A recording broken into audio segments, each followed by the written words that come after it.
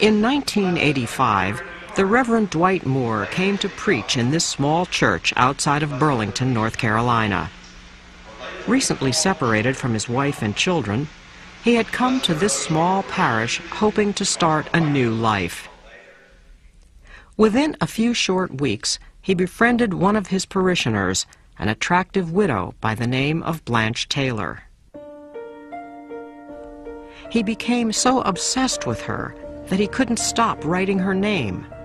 He wrote, "Dear Blanche, you are the most kind and loving person I have ever known." To the Reverend Moore, a man now very much in love, this daughter of a preacher was the perfect woman. My first impression of Blanche was that she was a very friendly, outgoing, energetic person, which I felt would be really good for Dad. I thought that they would get along pretty well together. In 1989, after 3 years of courtship, Blanche married Reverend Dwight Moore. But 2 weeks later, his son received an alarming phone call. I had a phone call from Blanche, and she said, "Your father's very ill. He's in the hospital. It doesn't look good. I think you should come down." Just 2 weeks after his wedding, Dwight Moore had suddenly begun to suffer from severe bouts of nausea, and his body had become grotesquely swollen. Now, as each day passed, his condition grew worse, but doctors were still unable to diagnose what was wrong with him, until they began to test for toxic substances. When the results of the test came back, doctors could not believe what they saw. The toxicology test showed that the Reverend Dwight Moore had in his system more arsenic than had ever been documented in any living human being. The results came back at greater than 10,000 micrograms per liter. It was even higher than levels that I had recalled reading about from the literature, even in cases of fatal intoxication. I was astounded that Reverend Moore was still alive with that amount of arsenic in his system. Detectives, realizing that someone was trying to kill Reverend Moore, placed him under guard. With treatment, he miraculously began to recover his strength, but he had been severely crippled. Always a healthy man, he now had difficulty feeding himself and could hardly walk. The arsenic had attacked his liver and kidneys and had caused severe neurological damage.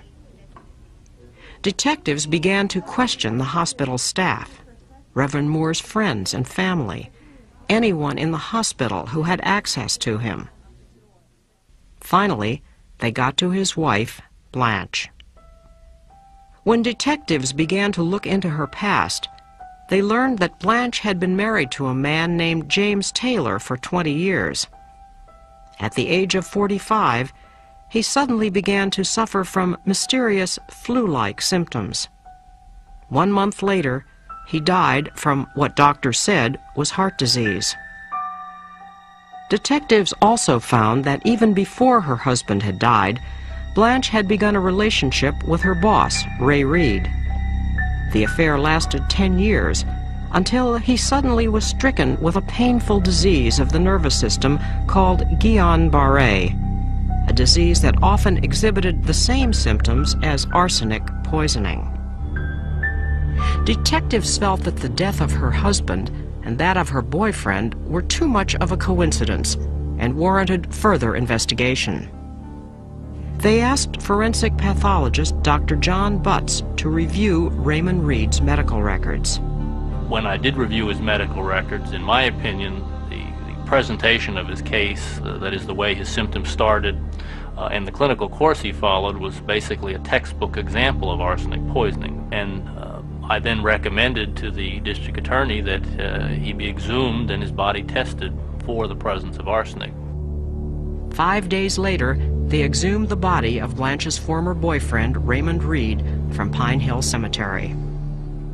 We found that he was in an excellent state of preservation, and in fact when we examined his hands we could see the fingernails quite distinctly, and he had the typical what are called Mies lines or Mies-Aldrich lines present on the fingers that can be seen in instances of arsenic poisoning. And when we analyzed his hair, we also found elevated toxic levels of arsenic present in his hair. The concentrations that we found were at a range that we felt were toxic or potentially lethal. Blanche Moore was now directly connected to two men who were found to be poisoned with arsenic. But were there more?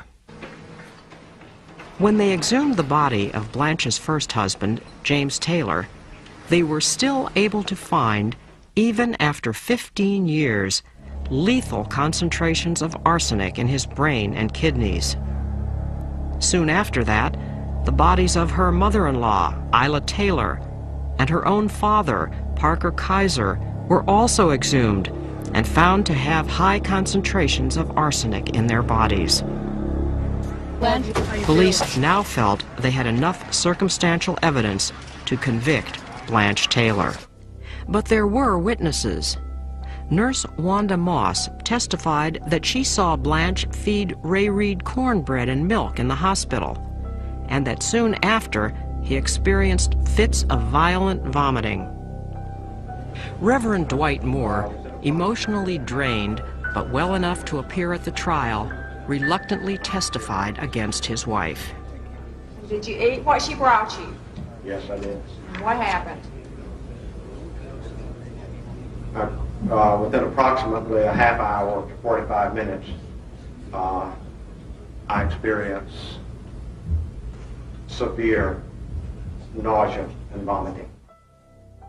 Dwight Moore also testified that Blanche had asked him to purchase a bottle of anti-ant, a pesticide whose ingredients contain 2% arsenic, enough arsenic to kill 10 adults.